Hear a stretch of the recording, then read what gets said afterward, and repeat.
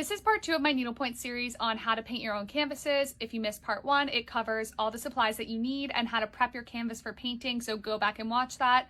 And now let's get into how to actually read your chart and paint your canvas. Next, you'll need to pull up your digital chart. So you can find tons of options on Etsy, and sites like Pennylyn also sell some digital chart downloads. You have two options. You can either print your chart out, usually it will print into multiple pages and you'll have to tape that together, or you can work digitally from an iPad or a laptop screen.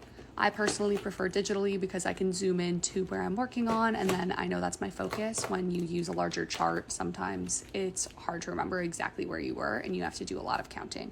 Either way works, it's just personal preference. Next, you'll need to find the center point on your chart. So mine has a yellow X since it's a Stitchly file, and match that up with your micron pen marking on your canvas, and then you can start counting from there.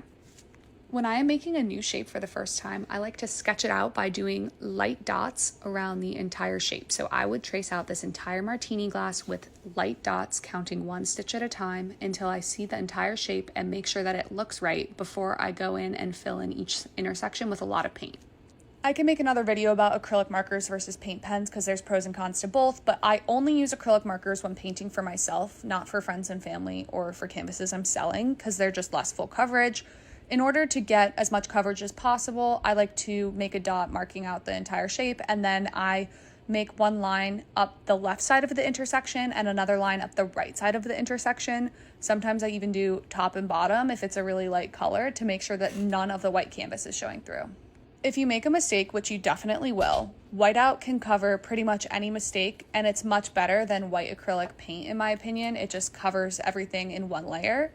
Keep working and then let the whiteout dry and come back and paint over it. Keep working your way around the design. I like to do one color at a time. Since this canvas has extra rows of white beyond the blue border, I trace that with a micron pen to give a border for stitching. Do any touch-ups where needed, where you can see white canvas through painted intersections, and then you have your final painted product. All that's left to do is for you to tape your edges of your canvas, and I have another video showing you how to tape canvas if you're curious.